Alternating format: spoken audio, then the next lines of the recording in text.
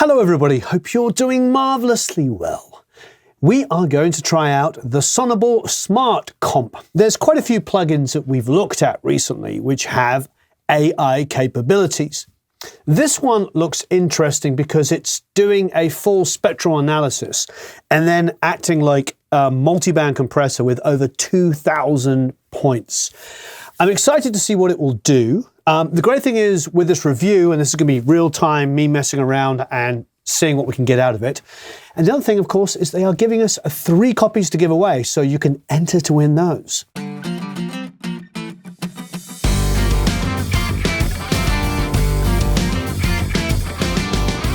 So I have a track here by Robert John and the Wreck. It's called Gypsy, and it's a song that we mixed on a live stream entirely in the box. Most of it is using stock compressors, stock EQs. There's a couple of esoteric things, but nothing really. So this is pretty comparable to a situation you may have, at your own house. So I've got live drums, I've got bass, I've got guitars, and the thing with the Smart Comp, after reading about it really briefly, you can load in instrument types and basically have it analyze and then apply EQ and compression based on that. So, well, multi-band compression. So effectively it's EQing individual EQ bands, which will of course affect how you hear it. It's not just generically compressing the whole thing. So here's a guitar sound that I've got set up. This is some drastic-ish kind of EQ that I put on. Let's have a listen.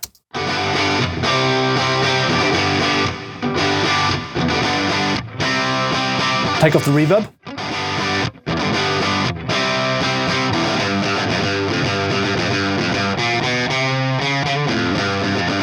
Cool.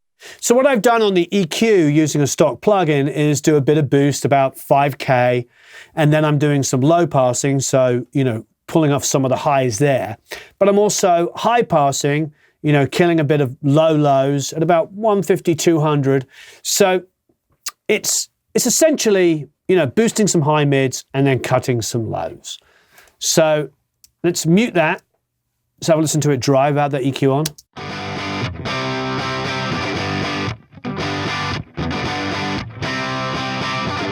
So you can see there's some down there that we don't need, and there's not quite the bite that we would want. So let's keep that in mind. So let's go to the Sonible. What we can do here, you see where it says standard here? That's when you have an instrument that you're not quite sure what it is and it doesn't fit into the settings they've got here. They've got standard, they've got drums, which would be presumably the full kit. They've got kick, snare, bass, guitar, keys, which is quite general, covers a lot of different things, vocals female and vocals male. So let's try some of these presets out. So the first thing to do is obviously go to guitar. And then here, there is a button that you click to start and it will analyze it. So start playing, kick it. So it's analyzing here.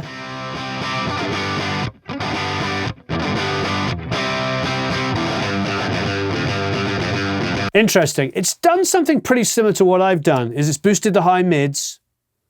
It's wiped off some of the low end, but it's also added a bit of mid-range. Let's have a listen.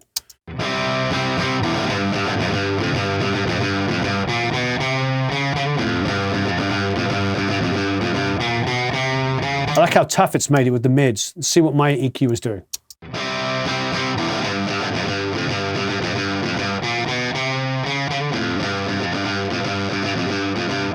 Now there's.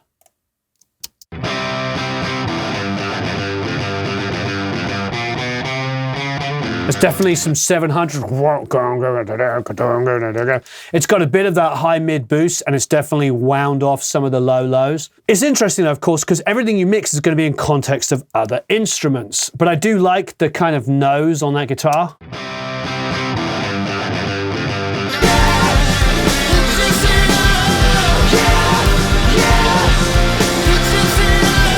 Dropping my EQ.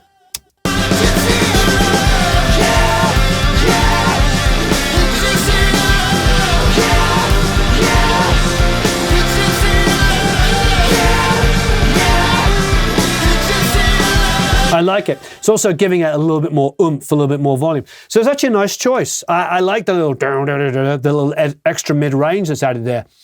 That's tasty. Okay, so a win.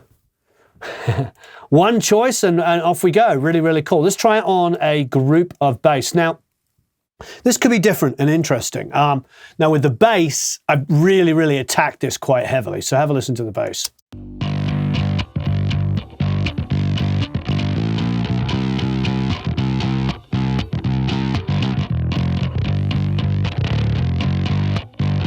It's really ugly and distorted, and I love it, and it blends well with the guitars, because if you listen.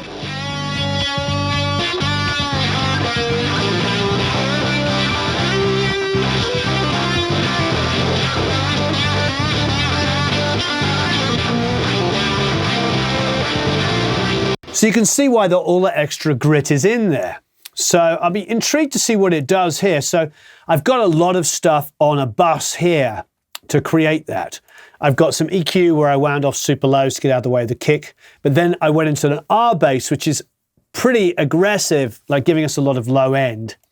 Then I've got another REQ giving us some high mids, but then probably something which is going to be difficult to emulate, an MV2, which takes the low information and the high information and brings the low stuff up as well as squashing the top. So it's pretty tasty. I mean, that's a lot to try and emulate. Plus, obviously, I'm getting more level out of it. So if I take all of those plugins off, here's the original sound.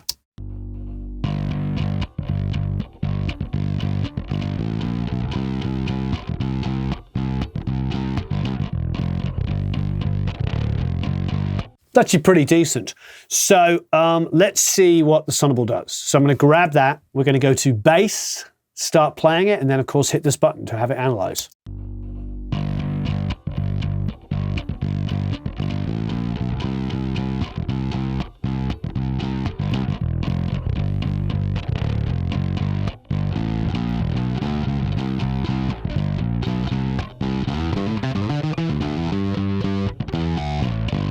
It's got an auto out here.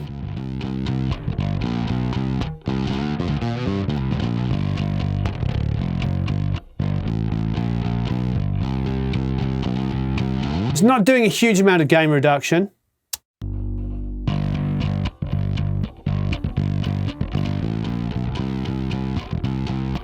So I'm playing with the threshold here to see what it's doing.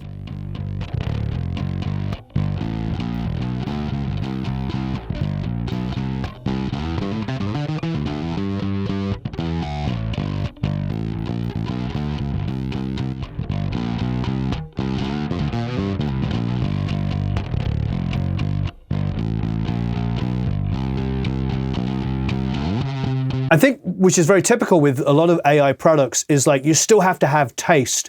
Like I like what that's doing. It definitely is controlling some of those high mids and stuff, but it hasn't got that huge amount of boom that I put on there. So if you listen to what I did with the multiple plugins, first of all, there's a volume difference.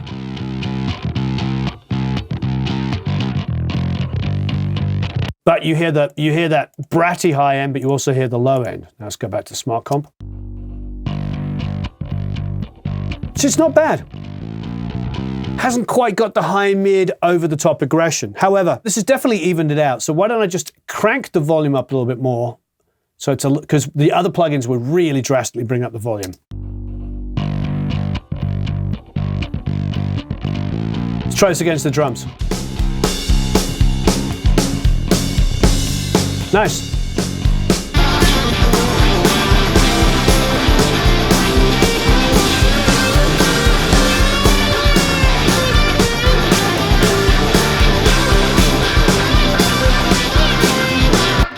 Actually works pretty nicely.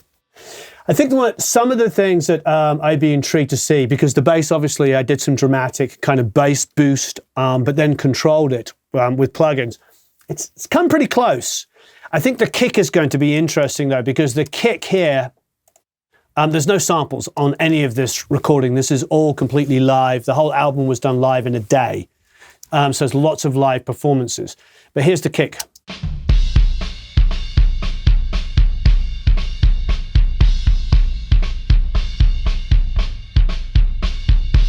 On this kick bus here, I've really shaped the EQ dramatically. You see, I've done a lot of low, mid cut there, a ton of it.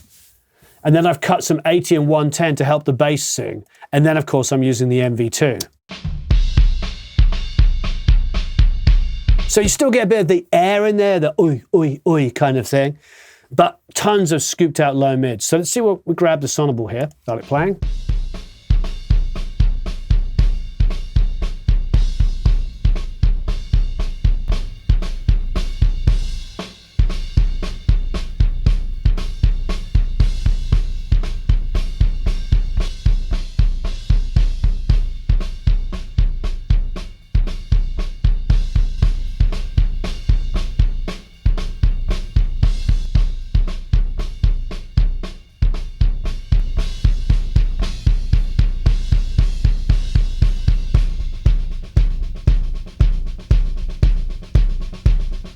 Oh, I like shaping the attack here.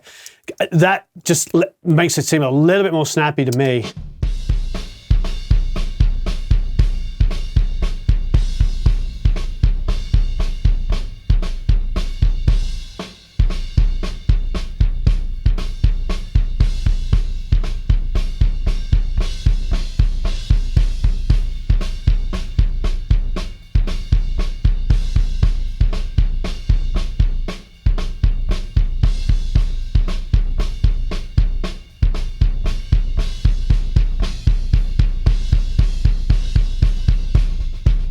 Bypass it.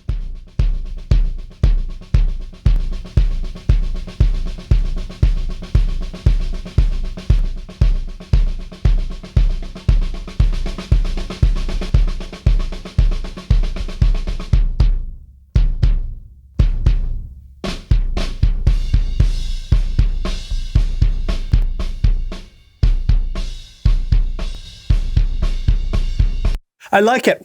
So I like what it's doing. It's definitely keeping the shape of the kick drum that's going into it and the EQ'd elements that are already heading into it. But it's adding a lot more energy. I've got one of those kick drums on the top, has got a light gate on it. So you can hear the difference when you bypass. Then put it in.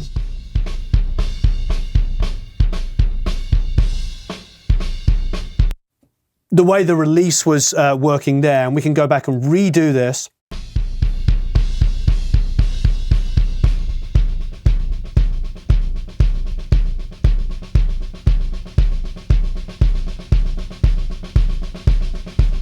Bypass.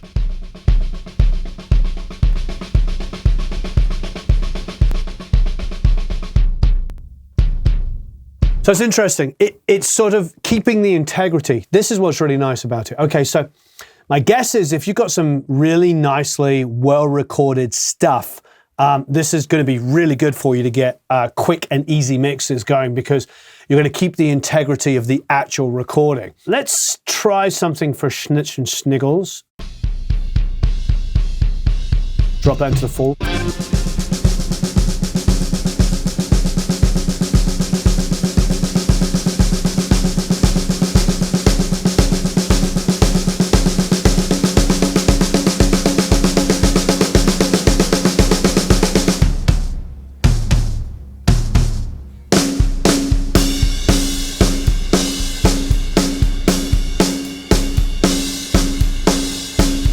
Yeah, it's definitely keeping the integrity, a little more of the real kick. When I put my settings in, it's a little bit more scooped, like I've got a bit more bite on the top, a bit more clickiness.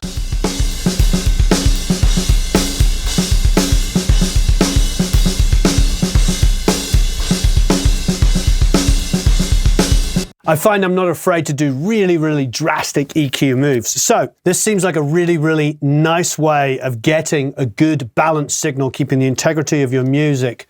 But like any AI kind of style product, you still need ears. You can make it do a really amazing job of evenly compressing and bringing out inherent frequencies that you would associate with kick. Like there's more thump going on that, there's a little bit more bite. But if you want over the top thump and over the top bite, you're going to have to do it yourself. You're going to have to apply, twist those settings or apply an additional EQ. I think you can basically just twist the settings. I want to try a vocal. It's been such a long time, a gypsy woman running through my mind. It's been such a long time. Give me a kiss and then left me behind. Now, I applied a lot of stuff to that. I went pretty nuts on it. It's been such a long time, and gypsy woman running through my mind. You know, I brought out a lot of out of his voice. It's pretty trashy sounding what I had done to it. Really took some risks. Let's see how it reads the male vocal. Although he's singing quite high, I wonder, I'd be intrigued to see whether a female vocal setting might be better. Let's have a listen. It's been such a long time, and gypsy woman running through my mind. It's been such a long time. Give me a kiss and then left me behind. One more time. It's been such a long time. Give me a kiss and then left me behind. I like what it's doing. Honestly, this is pretty tasty. For a vocal, vocals are one of the toughest things to EQ properly into a mix, and obviously the things where our ears are most sensitive. If I was to put this on the first in a chain, this would really do an amazing job. It's been such a long time. Give me a kiss and then left me behind.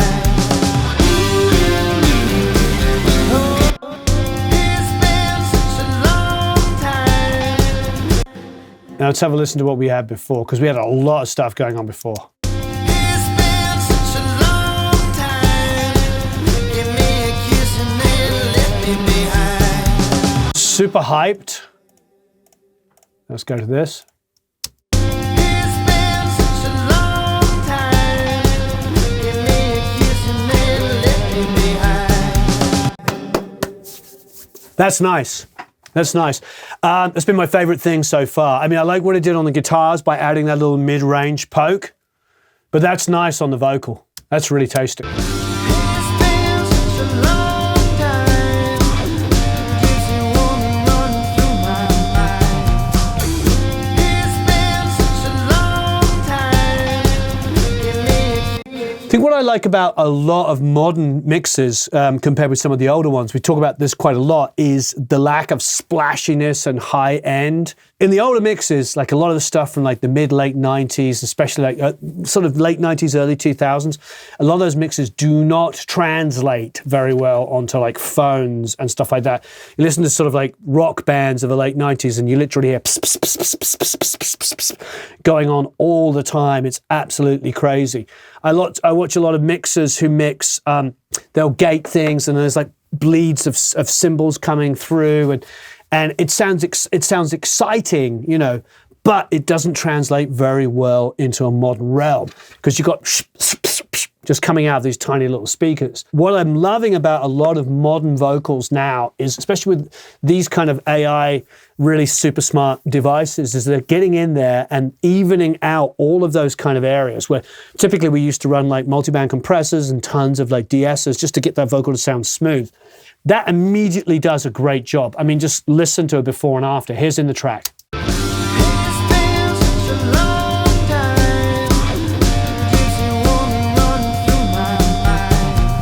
Now let's turn it off.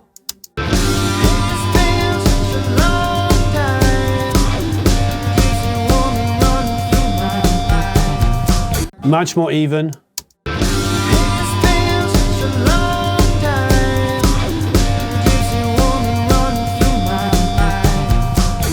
I mean, there's a part of me that wants to add a little bit more compression afterwards, just to kind of bring it forward, because it's never going to know exactly how much you need for each individual track, but that's nice. That's a nice starting point on a vocal, a really nice way to start your vocal off. It's been such a long time, and gypsy woman running through my mind. Without it. It's been such a long time. Bring it on. And gypsy woman running through my mind. I mean, I'd probably hype that a little bit more. I might add a little bit more compression. But the reality is like now it's significantly more even, but it's keeping the integrity of the original recording, which is really, really nice. So great work. So I think what I'm going to do is, just to really see what this can do, is create a whole group for the whole drum kit, the whole shooting match. The reason why I say that is, as you know, there's no samples on this. This is a full live recording. But I did create a number of buses. There is a drum bus, a drum crush bus underneath, and then lastly, a kick and snare bus. So I'm going to take all three of those and send them to another bus, and then put the Sonible on that. And then we can really see what it can do. There is a drums, like a generic drum setting. So let's see what that is. And let's see if we have to mess around, and we might have to with the attack and release times, and also focus on maybe certain areas to compress more or less. So let's start it off, and then we'll do the analysis.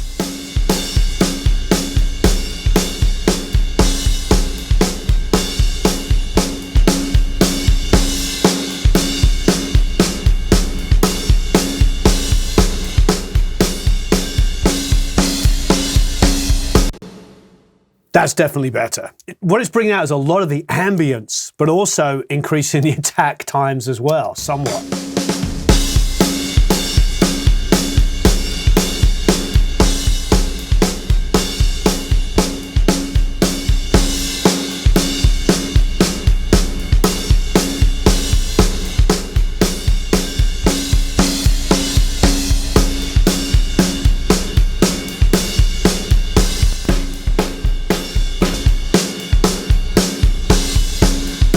You can hear dramatically when it goes in and out of bypass. A lot of the time with drums, as I'm sure you know if you've watched any of my videos, we always cut around about the sort of 250 to 400 range. So I usually go about 350 and tug out quite a lot of low mids. This does feel like it's actually bringing out a little more of that.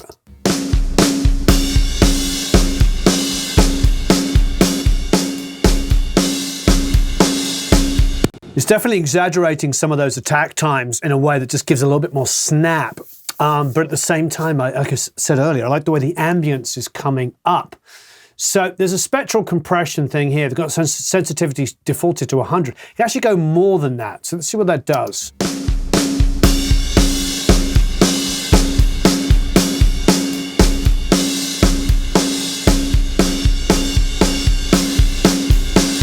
Oh, I see. So if you look over here, this is interesting. So look over in this area here to the right-hand side. You'll see that the sensitivity allows it to be a little bit more, show more finesse. It has an indication here. Have a look over here and listen, obviously, as I adjust the sensitivity. And you'll see that it's doing blanket stuff when down really low. And then the higher you crank the sensitivity, the more sensitive it gets, and the more it picks up individual frequencies. That's kind of nice.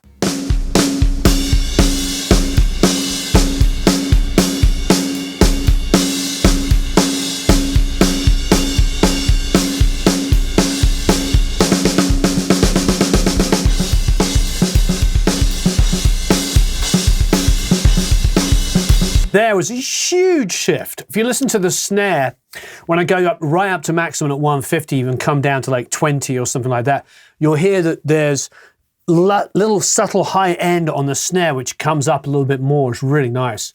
So I'm going to bring it down to about 60, 50, 60, and have a listen as it comes up.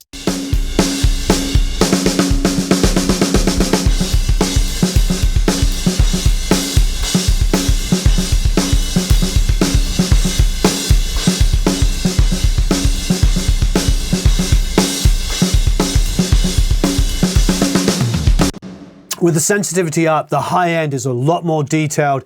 It seems brighter without being too aggressive and like painful, which is really, really nice. Now, we can turn that on and off.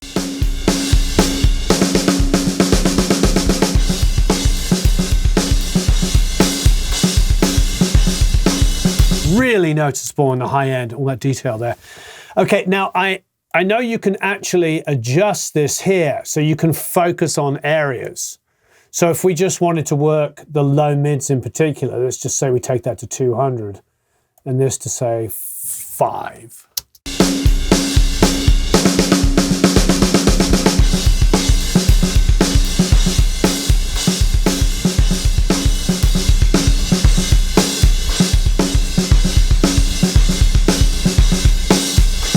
It works. I mean, just taking the low mids there and focusing on that really, really improves the drum sound. So I suppose if you were just wanted to focus in on problem areas of each individual instrument, you could do that. But I kind of liked it doing everything. So there's a sidechain ducking here, which I assume we could key in a specific frequency, meaning like every time an instrument played, we could pull out that EQ out of this to make it fit in, almost like a jigsaw puzzle. So here you've got like a nice 20 to 20K, representation of the instrument playing. It could be like strings or something like that. Maybe a lead guitar solo comes in over a massive orchestra. You could just duck some of that area out frequency-wise that the guitar inherits, which is a really nice way to do it. You could do it subtly, so it wasn't like just dipping out like high mids, but like just taking a little bit out.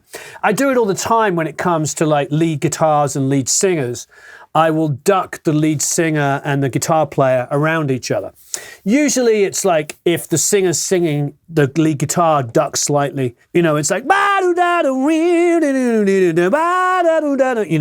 that vocal and that guitar have a nice interplay. This could be used a lot more constructively than that even. I do like one more thing here. The wet control is really nice. So once you dial something in and you like it, there's a tendency when you're listening in solo, I do it all the time, to overcompensate and go, wow, that sounds so great. And then you come back and realize, yeah, in solo, when you're obsessing, it sounded great, but in the track, it doesn't really work. So you can use, instead of going in here and adjusting these parameters again, like, adjusting any attacks or releases or whatever, you could just bring down the strength of what it's doing. So that's nice. I like that a lot. The auto function is kind of a must.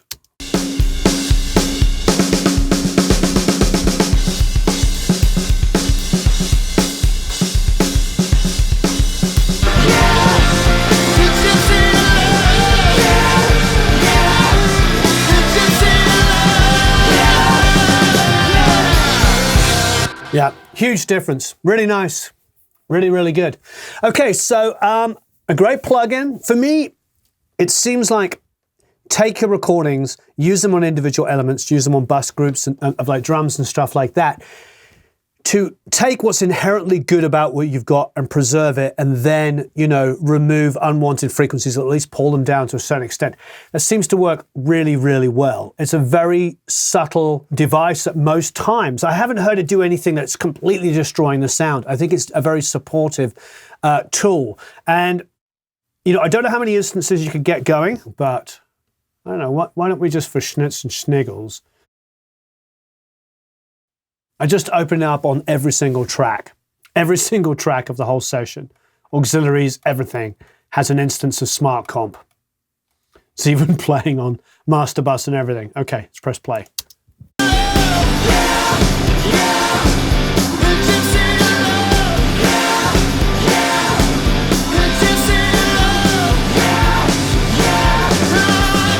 Okay. So that's a nice thing to know. I don't know if anybody else has done that in a review, but that's pretty tasty. So, we have a cheese grater old Mac here. So the fact that you can open up that many instances of it and it plays back is smart. Because it's subtle and it's inherently keeping the sound pretty true, and then just correcting issues. And like I said, on the drums, making it more exciting, on the bass, and the guitars, electric guitars in particular, and the vocals in particular, I really loved. It seems like a tool that you could just apply across many instruments just to get rid of some of the unwanted kind of discrepancies of frequencies, pulling out a little bit too much. It doesn't destroy the sound. It keeps it inherently the same, but solves problems. So the fact that I just opened up, how many tracks is that? Like 48. So it's 48 instances, plus the other ones are already on there. So let's say 52, 54, something like that, instances of Smart Comp, and it's playing back. So on a typical session, it seems very, very doable to use it quite a lot. And like I say, it seems like a smart idea because it's not inherently changing it so much, it's keeping the integrity. So I could put it on first, get rid of little issues, and then maybe EQ and compress some more afterwards if I want to get more drastic. So, nice work. And the great thing about it, of course, is you can win one of 3 copies. So please, go to the link down below. And by the way, if you haven't been to it yet, go to producelikeapro.com, sign up for the email list, and you can also try the 14-day free trial of the Academy. We have lots of wonderful people in there. Have a marvelous time recording and mixing, and we'll see you all again soon. Don't forget to enter to win.